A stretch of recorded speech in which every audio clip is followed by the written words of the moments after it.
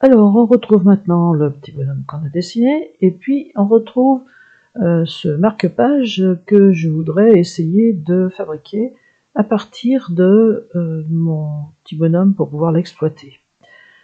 J'ai importé l'image, et puis auparavant je me dis mais j'ai tout un tas d'éléments là, si je commence à en rajouter d'autres, je vais peut-être faire des catastrophes. Je vais aller examiner un petit peu ce qui se passe ici et apprendre à gérer un peu des choses dans la boîte d'objets. Alors, j'ai des choses qui sont cachées, des images, je ne vais peut-être pas les détruire pour l'instant, je ne suis pas sûr d'avoir tout à fait tout fini, je les garde, j'ai peut-être d'autres éléments, mais ce que je veux, c'est garder ensemble tout ce qui concerne la tête que j'ai numérisée. Alors, pour ça, je vais les ranger dans une boîte, pour les mettre à l'abri. Alors ça s'appelle pas une boîte, ça s'appelle un groupe, et c'est dans Objets, Grouper. Voilà. Alors qu'est-ce que ça change? Ça change que il n'apparaît que le nom de la boîte, et si j'ouvre ici, je récupère tous mes chemins. Voilà. Remarquons au passage que c'est bien pratique si on arrive à identifier un petit peu les éléments. Alors, ce groupe, moi je lui laisse son numéro, parce que quelquefois quand on a des messages d'erreur, il y a le numéro du groupe. Mais je vais lui rajouter un nom, je vais mettre par exemple le nom tête, comme ça je saurai que c'est ça. Je valide, et il va rester avec le nom, et je pourrai donc travailler là-dessus. Là, c'est l'image que je viens d'importer. Alors, c'est pas très important ici parce que j'ai pas beaucoup de documents, mais ce que je vais essayer de faire, c'est de garder toutes mes archives dans un calque. C'est une autre sorte de grande boîte. Et puis, je vais créer un autre calque. Donc, je vais me mettre là. Et je peux ajouter un calque. Alors, on va l'appeler glorieusement calque 2. Et au-dessus du calque actif, ça veut dire simplement qu'il va venir se passer là au-dessus. Alors, ajoutons. Alors, là aussi, hein, si j'ai envie de changer de nom, c'est possible. Je peux très bien appeler celui-là archive si ça me fait plaisir, et puis celui-là dessin. Tout est possible à ce moment-là. Alors maintenant, je vais garder là-dedans les éléments que je veux garder en réserve, mais je ne veux pas qu'ils me dérangent. Et puis, tout ce que j'ai là, je vais l'envoyer, le déplacer vers l'autre calque. Alors, comment faire ça? Eh bien, tout simplement, clic droit, déplacer vers le calque. Il me demande lequel, parce que je pourrais en avoir bien plus que ça. Je vais déplacer vers le calque 2, déplacement. Et voilà. Alors, j'ai mon calque archive. Je peux, par exemple, le cacher. Je peux le verrouiller si je veux vraiment plus que personne touche dedans. Tant que j'aurai pas déverrouillé, ben, la boîte est fermée à clé. Je ne peux pas entrer dedans. Alors, donc, je retrouve ici, dans ce calque 2, le groupe d'objets tête et l'image que j'ai importée. Parlons un petit peu de ce groupe, parce qu'on peut se dire, mais comment, à chaque fois, comment je vais faire pour accéder aux objets? Bon, en fait, c'est très simple. Si je veux ici accéder à l'œil, ben, je vais double-cliquer ici, jusqu'à ce que je sois sur l'œil. Ça s'est même transformé en point. Voilà. Et si je clique ici, je vais aussi sélectionner, je vais sélectionner le dernier cheveu, ben voilà, je peux. Si je reviens ici, que je resélectionne mon groupe, à ce moment-là, je transporte la boîte. Alors revenons à notre image, qui est évidemment beaucoup trop grande. Je vais donc la réduire, je vérifie que le verrouillage est bien fait ici pour ne pas déformer mon image, et je vais la diminuer. Voilà. Je vais la mettre ici. Ah oui, mais si je la mets ici, je ne vois plus rien derrière. Ça va pas être facile pour régler. Oh, il y a un moyen de se débrouiller. Je vais dire que je le veux tout au fond du calque, descendre à l'arrière-plan. Hop, vous remarquez ici que l'image elle est passée là. Et du coup, mon image elle est derrière la tête ici. Je vais pouvoir la déplacer et diminuer jusqu'à temps que ça soit à peu près superposées. Alors je diminue. Bon, là ça me paraît bien correspondre. Hein. Bien. Alors je précise qu'en pareil cas, on peut toujours modifier un petit peu la tête, là par exemple. Mais il faut se souvenir que peut-être on a des vecteurs, on a du dessin vectoriel, mais derrière il y a de la broderie. C'est-à-dire qu'il faut se souvenir, par exemple, qu'on a dit que la bouche, ici, elle faisait 1,5 mm de large. Si je diminue trop, elle fera plus 1,5 mm de large, je ne pourrai plus avoir un zigzag. Si au contraire je l'agrandis trop, supposons que j'agrandisse 10 fois, j'aurai quelque chose qui a 1,5 cm de large, ça relèvera plus d'un zigzag, mais il faudra que je fasse un remplissage. Donc attention aux modifications, tout est possible dans Inkscape, on peut agrandir beaucoup, on peut diminuer beaucoup, mais il faut toujours avoir en tête qu'on ne travaille pas seulement dans Inkscape, on travaille dans Inkscape pour en faire de la broderie. Voilà, alors maintenant donc on a notre tête placée dans ce qu'on espère qui va devenir un marque-page. On a même l'ambition de faire un appliqué. La première chose qu'on va regarder, c'est est-ce que je peux mettre un peu de texte. Alors pour mettre du texte, la première réaction que je pourrais avoir, c'est d'aller chercher l'outil texte dans Inkscape. Alors attention, cet outil texte, il va nous permettre de marquer du texte dans Inkscape, mais on n'aura pas un objet rodable. C'est un objet texte, c'est un texte, c'est une structure spéciale, et il faudrait que je fasse tout un tas de transformations pour le broder. Alors ces transformations sont possibles, mais on apprendra à les faire, mais pas là. Donc je vais apprendre qu'il y a dans Inkstitch ce qu'on appelle un module de broderie qui s'appelle lettrage. Je vais donc ouvrir le lettrage. On s'en met un petit moment pour s'ouvrir. Et là-dedans, je vais trouver des polices de caractères qui sont prêtes à broder. Alors, il y en a beaucoup moins que dans Inkscape, mais elles sont toutes prêtes à broder. Alors, regardons un petit peu la liste que je fais apparaître ici. J'en ai au-dessus, j'en ai en dessous. Il y a quand même un bon choix. Alors, il faut réfléchir à la police qu'on va choisir. Je peux par exemple m'arrêter sur... alors je vais prendre une police que vous avez, parce que moi j'en ai quelques-unes en plus, parce que j'en ai installé d'autres. Là aussi, vous verrez comment ça s'installe. J'ouvre cette police Emilio, et qu'est-ce que je vois? Emilio va être une police de majuscules uniquement et de chiffres. Le M a 42,5 mm de large, le M est en général carré, donc c'est des lettres qui ont 4 cm par 4 cm au moins. Si je regarde ici mes lettres, moi, elles n'ont pas 4 cm, elles en ont, les minuscules, là, elles ont plutôt 1 cm, et puis la majuscule elle a à peu près 2 cm de haut. Donc c'est ridicule, je ne vais pas prendre ce type de police. Alors je peux en choisir d'autres. Je vais aller chercher en fait Pacificlo. On verra que ça va particulièrement bien parce que c'est cette police-là. Et la majuscule M, dit-on, a 19,8 mm de large, à peu près 2 cm. Bon, c'est pas les dimensions peut-être du L, mais enfin c'est de l'ordre de grandeur qui convient. Alors, je vais ici rentrer mon texte, donc je vais écrire lire. Voilà. Donc j'ai un écran où s'affiche ce qui va se broder. C'est toujours très gros, surtout s'il n'y en a qu'un mot. Ça se modifie, si j'en ai plus, ça devient plus petit dans l'écran. Ça ne nous donne pas une vision qui nous renseigne bien sur ce que ça va donner au final. Mais on voit que ça se brode, c'est déjà pas si mal. Et on voit ce que ça donne comme forme de police. Est-ce que ça nous plaît, est-ce que ça ne nous plaît pas? On peut déclarer que c'est trop rond, qu'on voudrait autre chose. Dans ce cas-là, on retourne choisir une autre police. Alors, on va prendre un tout petit peu de temps pour s'arrêter sur cette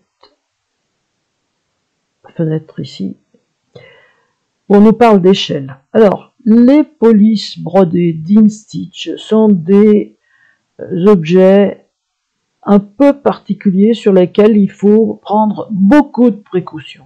On ne diminue pas brutalement après une police quand on l'a rentrée. C'est ici qu'il faut la diminuer. Alors, on va quand même appliquer directement et voir ce que ça donne. Hop, où est-ce que c'est sorti ça alors? Eh bien, ça sort toujours en dessus de la page sur laquelle on travaille. Bon, c'est pas un problème. C'est apparu sous le nom de lettrage ici. Ce lettrage, je peux tout à fait le déplacer pour venir le mettre là. Qu'est-ce que je constate? Je constate que c'est trop gros. Alors là, non, je prends pas la flèche et je diminue rien du tout. Je vais retourner dans le module de broderie, module de lettrage. Voilà, lettrage.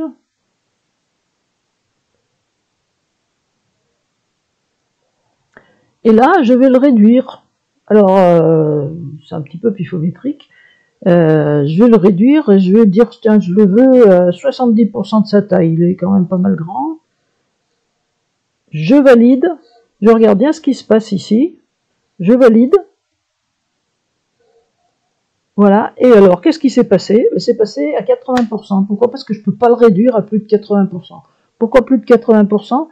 Eh bien, parce que quand on a fait la police, on a estimé que le risquait de pas bien sortir si on la diminuait à plus de 80% de sa taille de référence. Regardons ce que ça donne ici. Bon, c'est déjà beaucoup mieux. J'ai pratiquement la même taille. Et puis de toute façon, j'ai pas la même taille, mais ça convient tout à fait dans mon dessin. Ça sera un tout petit peu plus gros, c'est pas gênant. Voilà pour la partie police. Ça devient un objet. Je peux faire une simulation si je veux voir ce que ça donne maintenant pour mieux voir à quoi ressemble ma police. Alors allons-y. Bon, ici c'est immense. Je rappelle qu'on peut quand même réduire. Et puis je vais le passer en mode réaliste. Voilà. C'est plutôt pas mal. Fermons donc notre fenêtre. Alors, je remarque une chose, c'est que cette police ici, mettons-la à part, elle s'est brodée en noir et puis elle a un contour qui est noir. Si je veux modifier la couleur, c'est un objet qui est fait rien qu'avec des traits, il faut modifier seulement les traits. Alors là, il y a une méthode très facile pour la modifier. Je vais aller chercher une couleur ici, mais je me garde bien de cliquer dessus. Je vais cliquer dessus en enfonçant la touche Maj, la touche majuscule. Parce que si jamais vous cliquez complètement là sans la touche Maj, vous allez faire un remplissage, il va y avoir du bleu à l'intérieur, ça va complètement détruire la police, ça marche plus du tout. Donc allons-y, on a une couleur qui nous plaît, voilà. Notre petit travail de lettrage, petite introduction au lettrage est fini. On va s'intéresser maintenant à ce contour.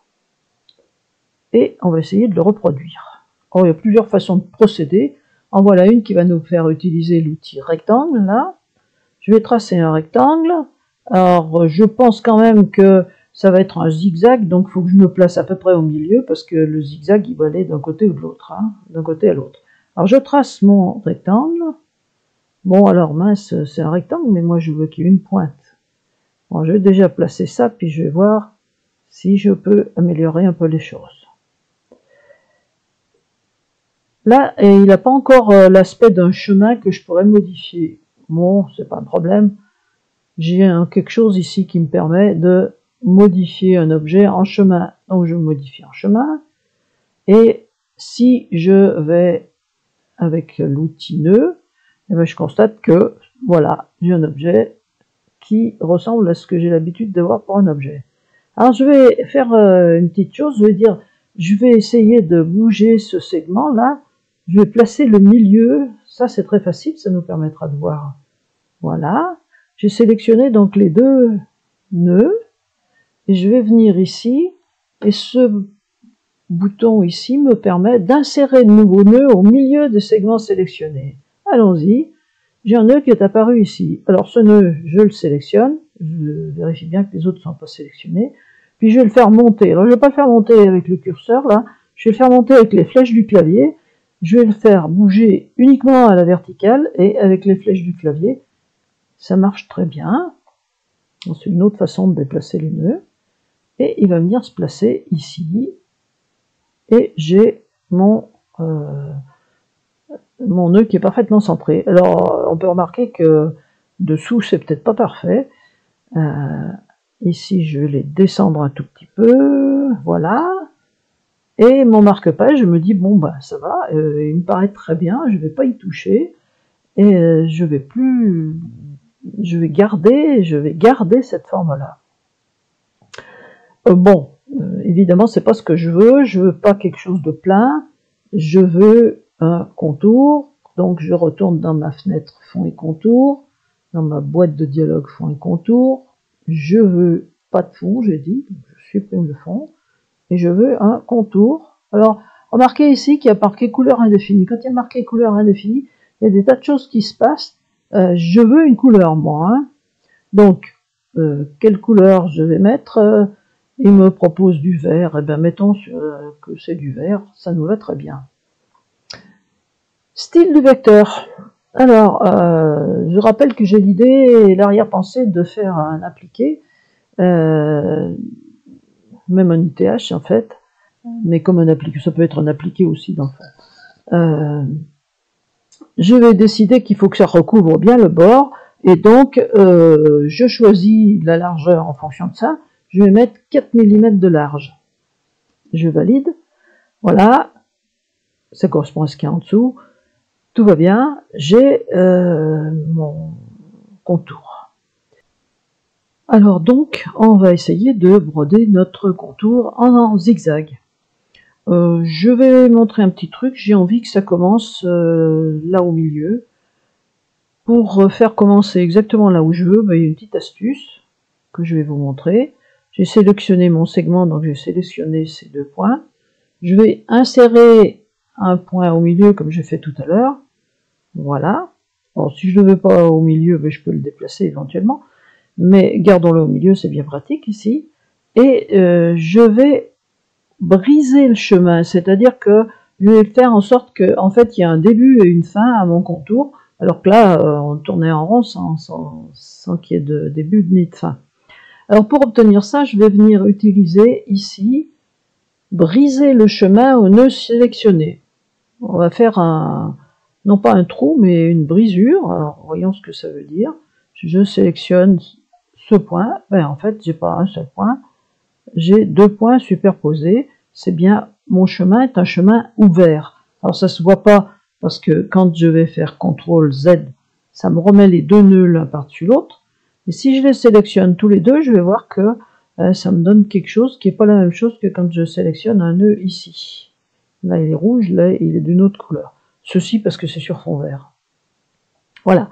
Bon, alors allons-y. On va voir effectivement que ça va commencer de broder ici, puis on a les petites flèches là qui nous indiquent dans quel sens ça brode. Alors ces flèches, il faut que vous les ayez activées au début.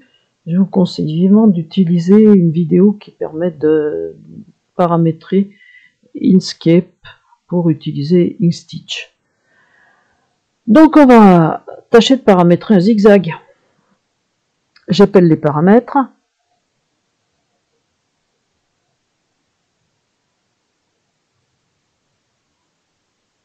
Tiens, c'est pas ce que je voulais. Ben oui, c'est marqué point droit ici. Donc il faut que je revienne sur point zigzag. Voilà. J'ai bien un zigzag, mais c'est pas bon. C'est pas bon parce que le point zigzag, il sait pas tourner là dans les angles. Donc le point zigzag, il faut l'utiliser quand c'est pertinent. Par exemple, on l'a utilisé pour la bouche dans la partie précédente. Ça va très bien. Ici, c'est pas bon. Il faut que j'apprenne à faire autre chose. L'autre moyen, c'est de transformer notre trait, ici, puisque c'est un trait large, mais ce n'est qu'un trait. Je vais le transformer en quelque chose qu'Inkstitch appelle une colonne, et qui va nous permettre de faire des réglages extrêmement fins et bien meilleurs. Alors, on va utiliser un outil dans Inkstitch dans les outils satin, parce que c'est du point satin qu'on va faire, on va lui demander de transformer trait en satin. Allons-y.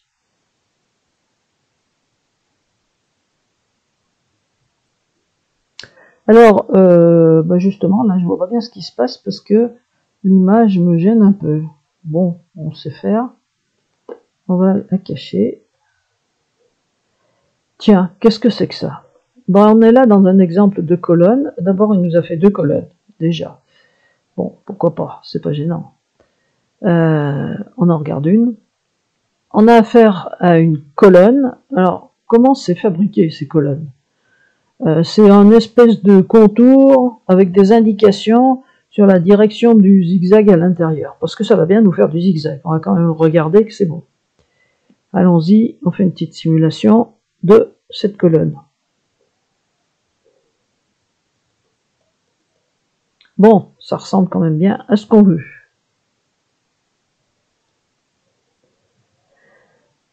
Alors cette colonne, elle est constituée de 2 chemins, un à l'intérieur ici, l'autre à l'extérieur, 2 chemins de chaque côté, qui portent le nom de rails. Quand on crée une colonne, on dit qu'on lui veut 2 rails. Et puis, ces traits-là, ils sont là pour indiquer comment je veux que le zigzag se fasse. Je veux pas ici que le zigzag il se fasse tout en travers comme ça. Je veux qu'il se fasse comme ça. C'est pour ça que nous a mis ce qu'on appelle des traverses. Et c'est ces traverses qui indiquent la direction des points. On peut en enlever, on peut en rajouter. On verra comment. Et ça va nous rendre bien service. Alors, on se rend bien compte ici que ça va quand même pas être terrible là, la pointe. Il va falloir que j'améliore un petit peu ça. On va utiliser des raccourcis qui vont nous permettre de faire un travail extrêmement précis. Alors, si je déplace un point comme ça, bon bah c'est un peu n'importe quoi. Hein. Donc j'annule, CTRL Z, voilà. Et j'ai moyen de le déplacer en restant sur le segment.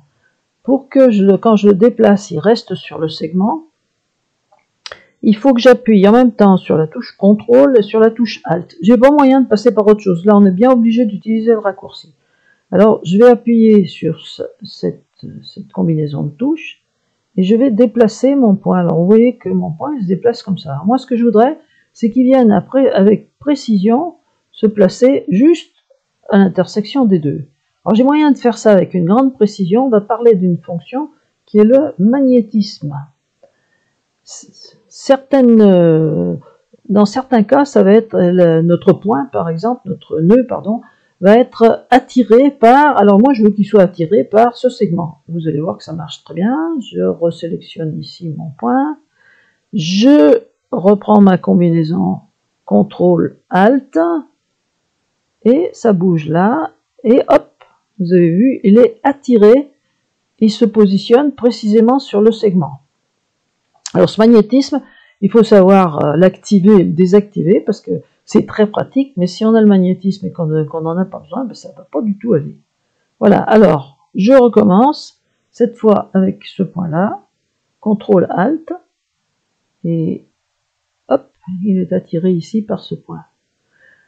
Ici, je vais travailler la pointe. Alors bon, le croisement là, il n'est pas prévu pour l'instant, mais c'est pas grave. Je vais refaire CTRL ALT, je prolonge ici jusqu'à temps que je me retrouve dans la même situation qu'avant.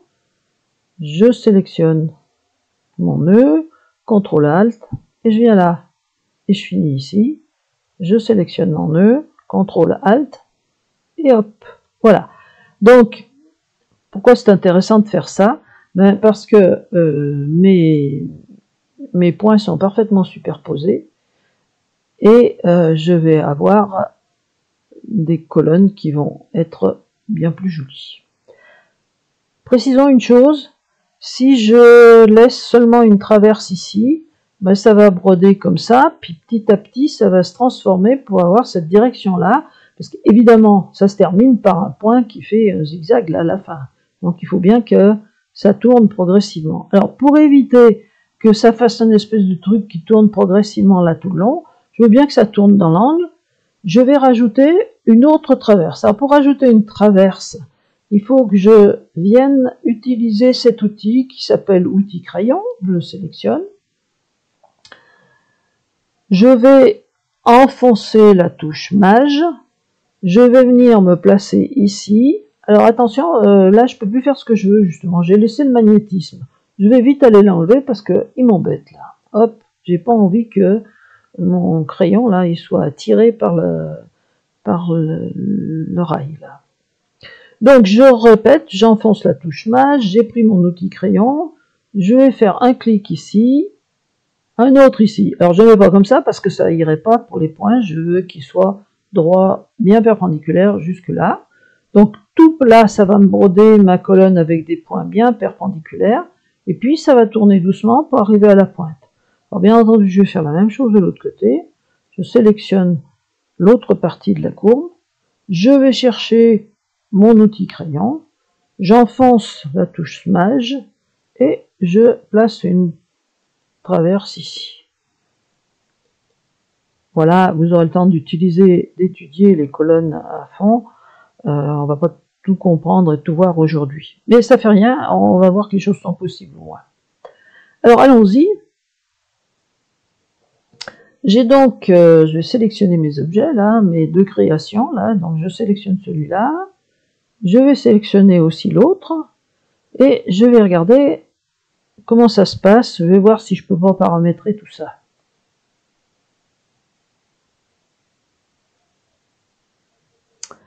Alors, déjà,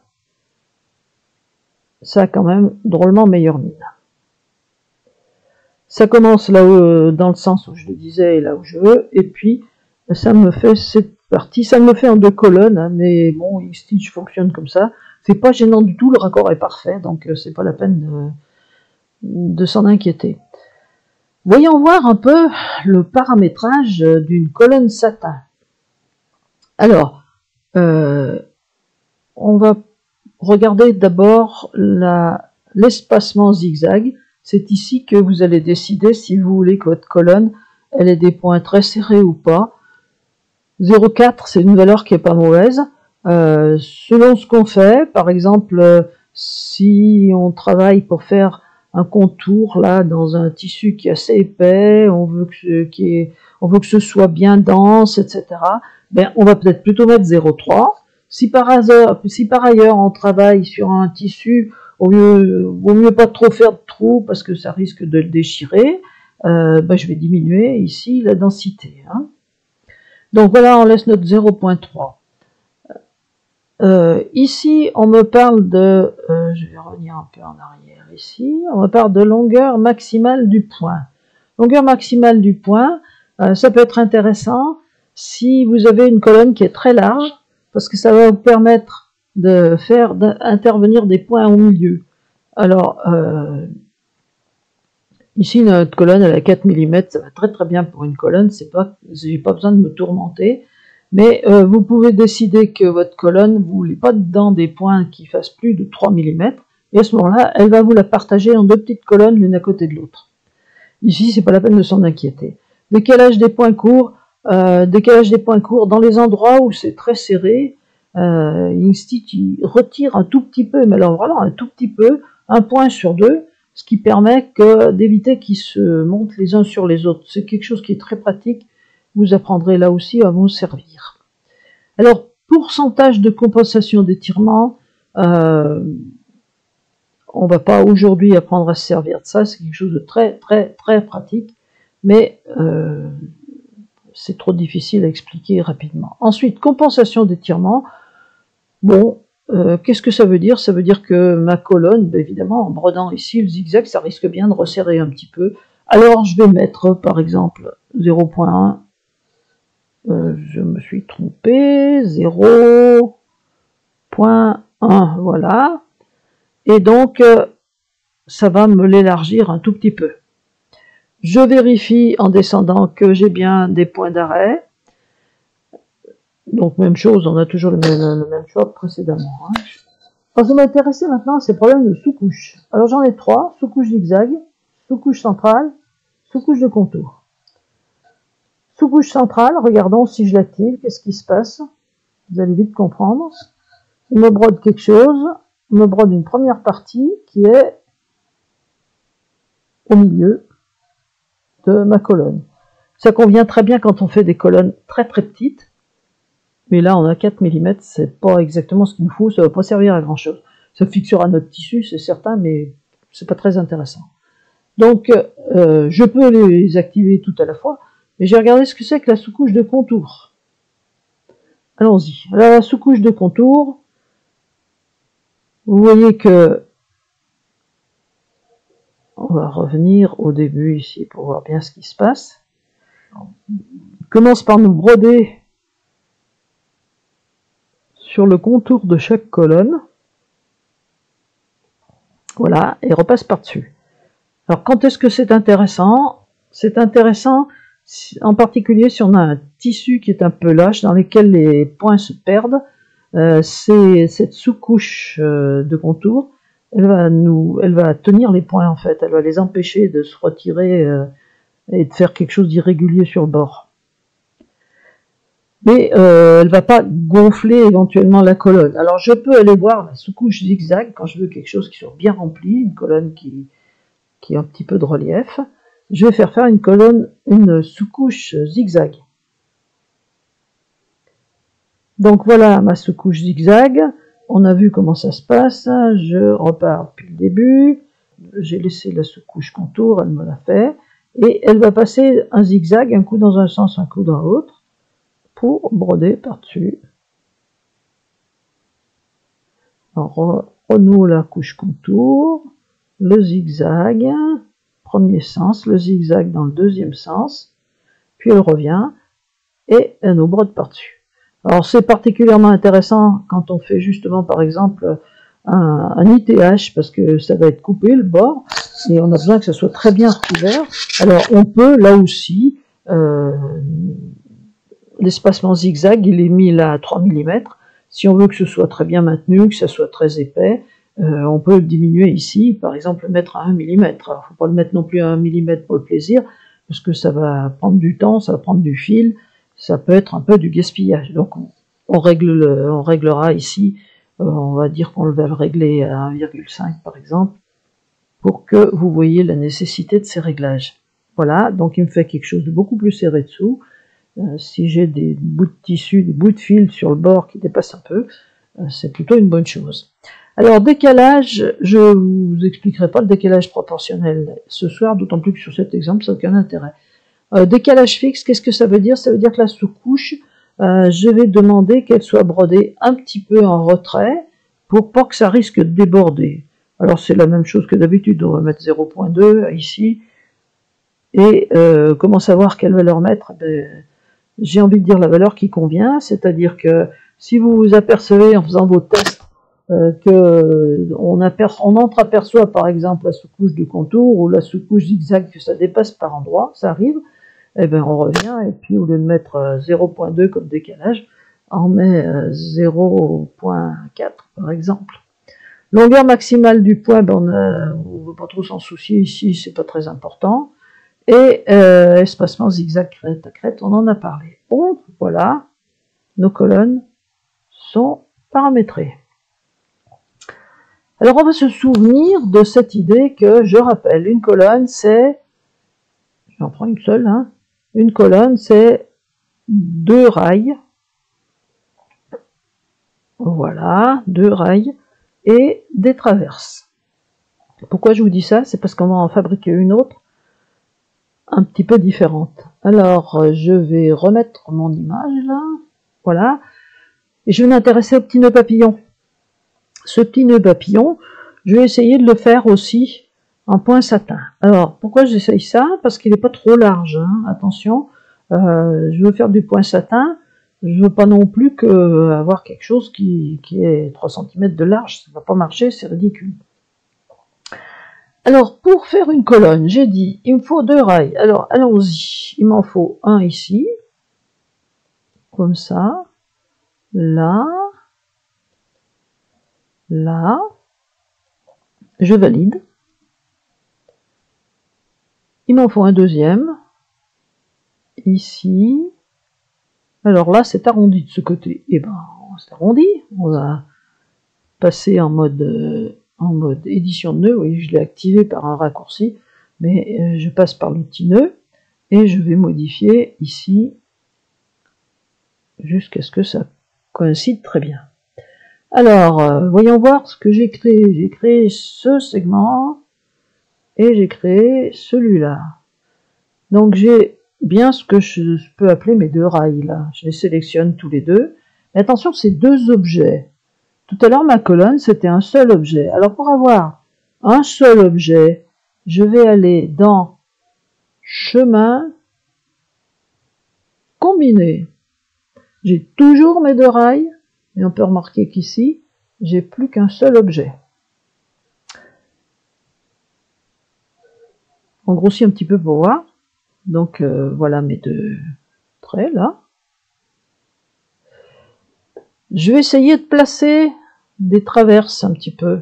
Alors je rappelle pour les traverses, outil crayon, on enfonce la touche mage et je vais mettre des traverses. Par exemple ici, je veux que mes points ils se déplacent, ils se placent bien parallèlement au bord. Ici aussi, pareil.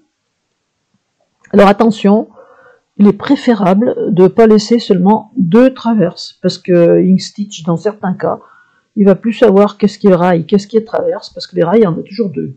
Alors, soit vous mettez une seule traverse, soit vous mettez de préférence trois traverses. Alors, par précaution, on va mettre trois. En fait, c'est la dernière traverse que j'ai à mettre et la première que j'ai mise. Elles sont un peu facultatives ici, parce que de toute façon, les nœuds à la fin, là, ils nous aident à trouver la direction des points. Alors, je repasse en mode 2. Je viens de voir qu'ici, c'était pas tout à fait parfait. Bon, voilà. Je perfectionne. Ici, il me semble que c'est pas tout à fait parallèle. Je perfectionne. Voilà. Et le reste, ça me paraît bien convenir.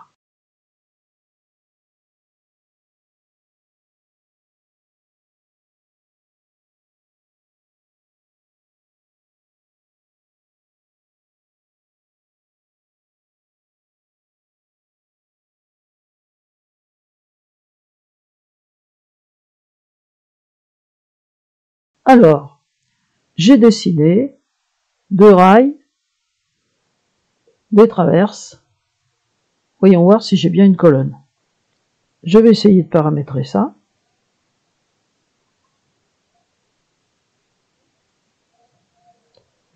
Tiens, il me parle de point droit. Il y voit des traits. Bah oui, c'est vrai, il y a des traits. Seulement, c'est pas ce que je veux. Moi, je veux qu'il m'interprète ces traits comme étant une colonne satin. Alors, je vais venir ici, lui dire de me faire une colonne satin personnalisée. Voilà. Donc, colonne satin, longueur maximale du point. Alors là, je me dis, non, une pipe, là, des endroits, c'était bien plus large. Je vais lui limiter la longueur de point. Je veux dire, je limite à 4 mm, par exemple. Et si vous regardez bien, vous vous apercevez que de temps en temps, quand c'est très large, au milieu, il rajoute un point. On va le voir en reculant là un petit peu. En reculant pas à pas. Alors, il me fait point d'arrêt. Puis voilà, saute au milieu. Saute au milieu. Alors, on continue comme ça. Et puis, quand on va avoir atteint la limite que j'ai donnée, à savoir 4 mm,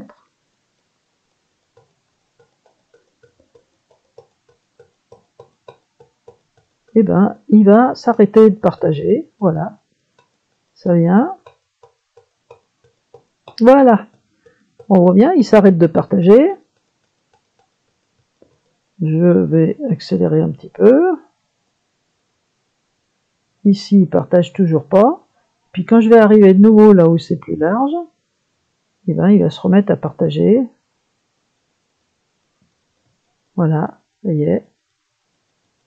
C'est fonction de la dimension de ma colonne et il le fait sans qu'on lui demande rien, très bien. On verra tout à l'heure que par-dessus le marché, ça fait une espèce de petite garniture. On va faire une simulation. Alors on voit toujours notre curseur qui se déplace. Voilà. Je vais regarder un petit peu ce que donne l'aspect réaliste. Voilà. Et donc, je vais avoir une petite trace là sur mon nœud. Ben, franchement, c'est joli, donc je vais le garder comme ça. Faut imaginer quand même que notre nœud, il est largement plus petit que ça. Donc voilà, hein, c'est plus représentatif. Si on aperçoit d'ailleurs notre page, c'est à peu près à l'échelle là, donc tout va bien. Bien, voilà notre simulation. Alors, voyons voir où on en est. Est-ce que si j'enlève mon image, j'ai tout ce que je veux? La cache. Alors, ouais, la tête, elle est faite déjà de la fois d'avant. J'ai bien mon petit nœud papillon. J'ai bien ici mon texte. Et j'ai bien mes colonnes. On va regarder ce que ça donne. Donc, je rappelle comment on arrive à visualiser, exporter. On arrive à simulateur, aperçu réaliste. Là aussi, il y a un raccourci. Enfoncer la touche Maj, la touche CTRL et puis la touche L. Et ça nous donne la simulation. Alors, je fais accélérer. Il me rebrode ma tête comme on l'a vu. Oh, j'ai un petit peu trop accéléré. Voyons voir un peu dans le détail. Donc, il a fini la tête là. Les cheveux. Il vient me broder le texte. Il me fait mes colonnes.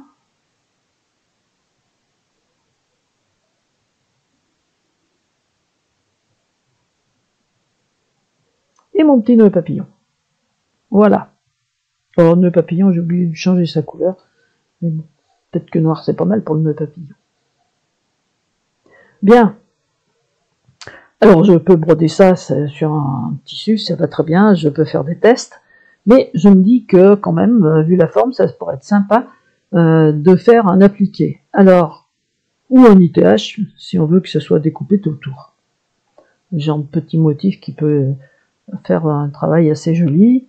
On va donc se souvenir que pour faire ce genre de choses, puisqu'on va découper, il faut qu'on place notre tissu, par conséquent, qu'on explique qu'on veut broder dans cette zone-là. Donc, j'aurais pu, ça aurait été malin de penser avant de garder le premier tracé qu'on a fait. Par chance, Inkstitch nous offre la possibilité de transformer une colonne en trait. Donc, même si on a oublié de le faire, eh bien, on peut réparer notre erreur. Extension, Inkstitch, outil trait, puisque je récupérais un trait, et j'ai la possibilité de transformer mon satin en trait. Il me demande si je veux garder la colonne satin, parce que je pourrais ne plus la vouloir. Donc si je ne la veux pas, je décoche ici. Si je veux la garder, ce qui est bien mon cas ici, je laisse cocher et je viens appliquer. Voilà, mon chemin est créé, mon chemin 7 là, remarquons au passage qu'il le fait à l'ancienne avec des pointillés, on modifiera après. On refait l'opération ici avec notre deuxième morceau, comme ça on aura bien vu comment ça se passe. L'extension Inkstitch, trait, satin en trait. Même chose, je garde ma colonne satin et j'applique. Et j'ai mon chemin ici, mon chemin, ça doit être le chemin 10, voilà, qui est en pointillé. Donc c'est celui-là et celui-là, oui. Et je vais m'offrir le luxe de les remettre comme j'aime bien. Style du contour, j'ai du pointillé, c'est facile. Je le mets en trait continu, comme ça je pourrais travailler comme j'ai vu précédemment. Au passage, je vais le mettre dans une autre couleur, peut-être du noir. Comme ça, je distinguerai mieux ce que je fais. Avant d'aller plus loin, je vais réfléchir à ce que je vais faire avec ce chemin. Ce chemin, je vais le faire au tout début pour placer mon tissu. Et puis après, avant de faire les finitions et de broder mes superbes colonnes satin, il va falloir que je le découpe Donc je vais avoir besoin d'avoir ce chemin une deuxième fois. Alors on se souvient que on peut faire édition, dupliquer, et ça va me faire ce chemin une deuxième fois. Alors allons-y. Quand est-ce que je vais faire mon premier point droit là? Tout au début. Tout au début, donc je vais l'envoyer tout en bas de la broderie. Hop, voilà. Donc, bon, ça m'a même mis avant l'image, c'est pas gênant, de toute façon elle est cachée. Donc ça me met ici mon premier contour que je vais paramétrer.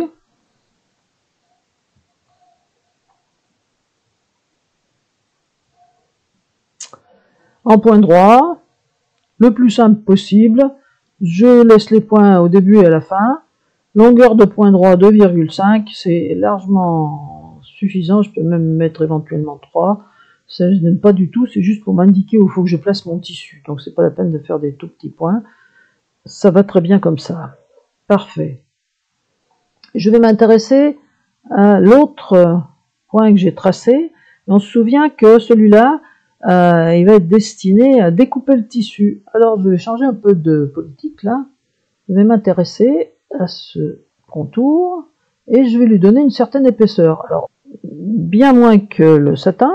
Je rappelle que notre satin là, il a 4 mm de large, donc je vais lui mettre là 1,5, ça va pas mal en général. Donc je lui mets une épaisseur de 1,5. Alors mon chemin il est noir. Je vais regarder ce qui se passe si je viens changer la couleur, puis j'oublie qu'il faut enfoncer la touche mage. Alors je vais remplir ici. Qu'est-ce qui se passe? J'ai rempli mon objet à l'intérieur. Ça va devenir un remplissage, c'est pas du tout ce que je veux. Alors je vais essayer d'annuler. Voilà. Et donc je vais bien, si je veux mettre de la couleur rouge, je vais bien le faire avec la touche mage enfoncée. Et j'ai bien mon chemin ici. Qui a 1,5 mm de large. Je vais le paramétrer. Donc, je rappelle de temps en temps, je rappelle comment on arrive à ce paramétrage. Ink Stitch.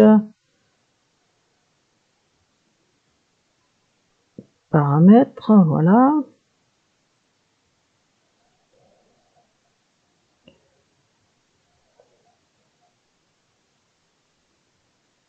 Alors moi, c'est pas ce que je veux. J'ai dit que je voulais un petit zigzag.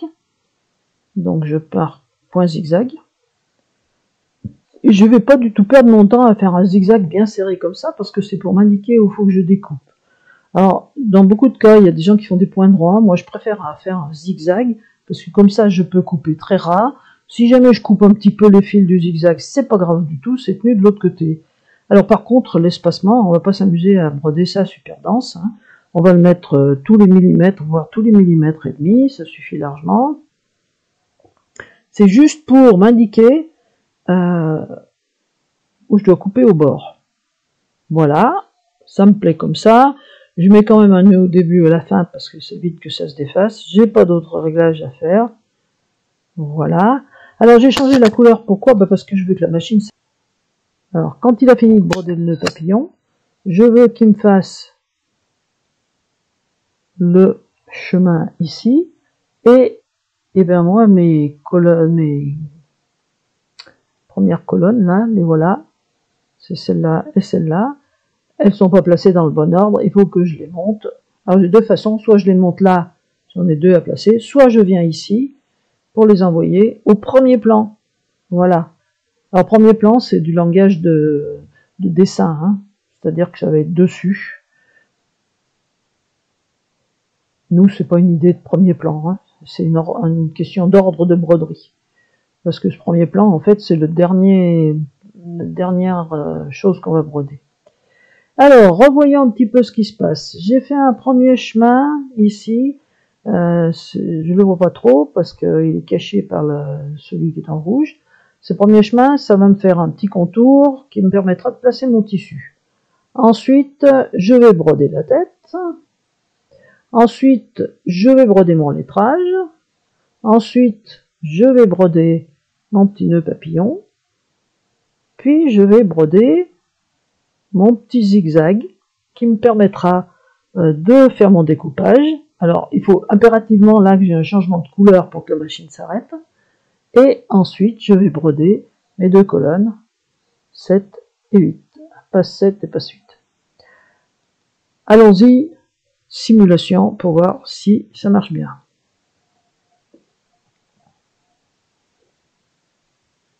Alors, premier contour, ça va bien. Ça va s'arrêter parce qu'on a changé de couleur. Donc là, il nous brode la tête. On peut accélérer. J'accélère en appuyant sur le cheval et je ralentis avec l'hippopotame. Bon, j'ai tellement accéléré que ça va si vite. On n'a pas tout à fait vu ce qui se passe. Bon, allons-y. Donc on a dit, il nous fait notre petit contour de placement de tissu. Voilà. Et nous brode la tête. Allons-y, ça tourne tout seul. Ensuite, il a fini de nous broder nos papillons. Il va nous broder notre zigzag léger, là, destiné à ce que ça s'arrête à la fin, puisqu'il y a un changement de couleur. Et je vais couper mon tissu au ras tout autour. Et je vais continuer à broder ma colonne finale. Voilà. Alors, on va se faire plaisir. Un petit coup de réaliste. Alors, je triche un peu en raccourcissant dans la vidéo. En fait, c'est assez long.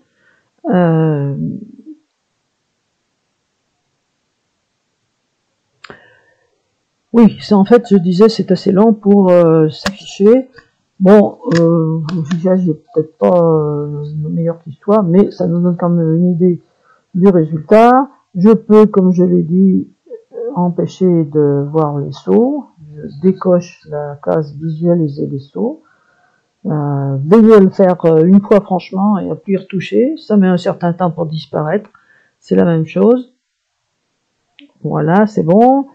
Et je fais disparaître le curseur éventuellement, qui doit être quelque part là en bas. Bon, j'ai quelque chose qui est pas si mal maintenant. Ça va me permettre de faire mon petit marque-page. Et vous aurez vu aussi au passage comment faire soit un appliqué, parce que vous allez le broder directement sur un autre tissu, soit un ITH. Alors dans l'ITH, avant de faire la coupe, c'est bien de placer un tissu au dos qui vous cachera la broderie, ce sera encore plus élégant. C'est tout ce que ça change. Je mettrai les explications dans le tutoriel écrit. Donc, voilà. Nous avons notre motif. On n'oublie pas d'enregistrer. Enregistrer en SVG. Et puis finalement, d'enregistrer sous. Alors on avait commencé à dire que c'était un format PES, on va continuer. Non, je vais changer pour vous montrer quelque chose. Je vais aller chercher un autre format, je vais aller chercher un format DST.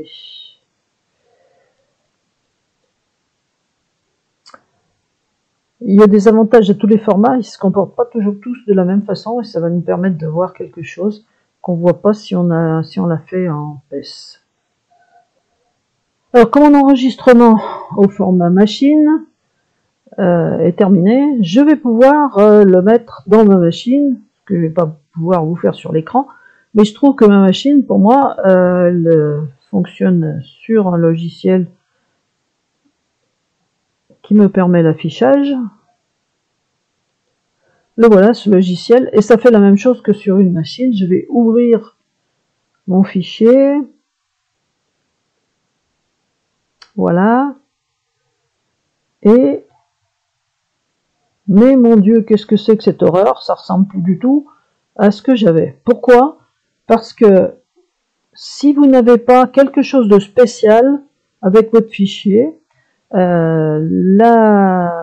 votre machine, ou ici mon logiciel qui me permet de communiquer avec la machine, va afficher d'office l'ordre, le bon ordre des couleurs que vous avez choisies, mais en y mettant son ordre à lui. Je m'explique. Je vais aller voir ce qu'il me donne dans la couleur de fil.